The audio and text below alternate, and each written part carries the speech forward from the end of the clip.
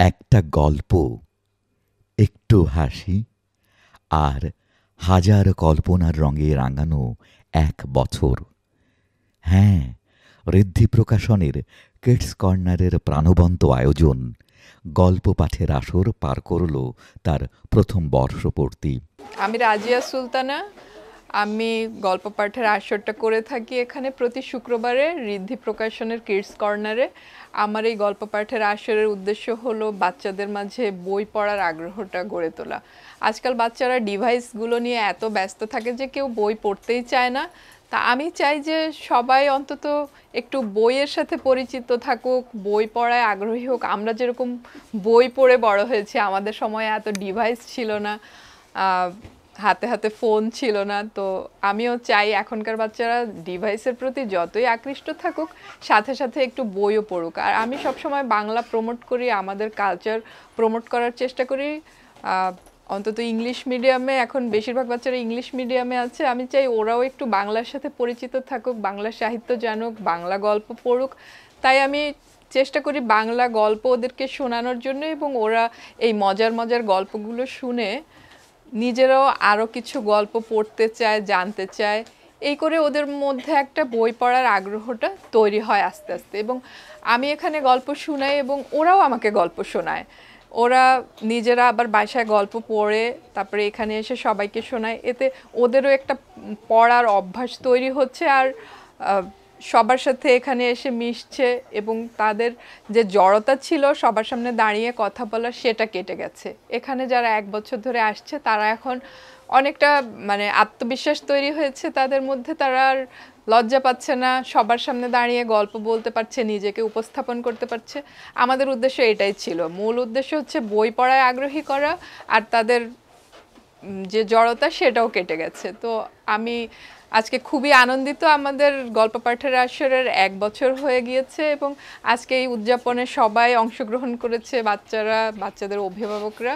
আমার খুবই ভালো লাগছে। ধন্যবাদ সবাইকে। ঠিক 1 বছর আগে ছোট্ট কিছু মুখ নিয়ে শুরু হয়েছিল এই যাত্রা। আরহাম আমাদেরকে কি শোনাবে? ওই যেতে চাই তাই দাস, হ্যাঁ, ওই যেতে চাই তাই দাস, ওই আমাদের যা ওইখান থেকে বাস্তলে টানা বডি ছা, ওই বডি তুই থাকতি পান্তা পাত টাসতি, পান্তা আমি চাই না, পুঁটি মাছ পাই না, একটা যদি পাই থবস থুবিস খাই। ওয়াও! আজ সেই ছোট্ট আসর হয়ে উঠেছে শত শত শিশুর কল্পনার রাজ্য। আর এই আনন্দের মুহূর্তকে ঘিরে সম্প্রতি আয়োজন করা হয়েছিল এক বিশেষ অনুষ্ঠানের। বিকেল 4টায় ঋদ্ধি প্রকাশন চত্বরে বসে এক রঙিন মেলা। ঋদ্ধি প্রকাশন আমরা শুরু করেছিলাম মূলত পুরনো বইগুলো রিপ্রিন্ট করার প্ল্যান থেকে। 2 বছর আগে আমরা পুরনো বইগুলো রিপ্রিন্ট করতে শুরু করি। তখন আমাদের প্রাতিষ্ঠানিক কার্যক্রম শুরু হয়নি। তার আগে আমরা পুরনো বইপত্র জোগাড় করতাম এবং সেগুলো ক্লিন করতাম, রিপেয়ার করতাম, বাধাই করতাম, স্ক্যান করতাম।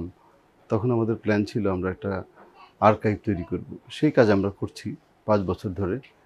পুরনো বই জোগাড় করছি, সেগুলো আমরা আর্কাইভ করছি। 2 বছর আগে থেকে আমরা পুরনো বই রিপ্রিন্ট করতে শুরু করলাম, যে বইগুলো আর পাওয়া যায় না। এরপর মনে হলো আমরা একটা বুকশপ করি এই কাজের পাশাপাশি। তখন আমরা একটা বুকশপের কাজ শুরু করলাম এই দোতলায়। বুকশপ করতে গিয়ে তার সাথে আমরা স্টেশনারিটা অ্যাড করলাম।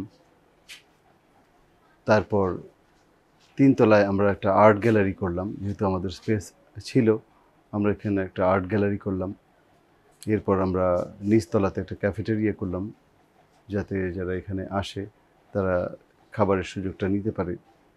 আবার যারা খাবার খেতে আসবে তারাও যেন বুকশপ এবং গ্যালারিতে আসতে পারে। এরপরে আমরা এখানে একটা সিনে স্টুডিও অ্যাড করলাম 24 সিটের, যেখানে সিনেমা দেখানো হয়।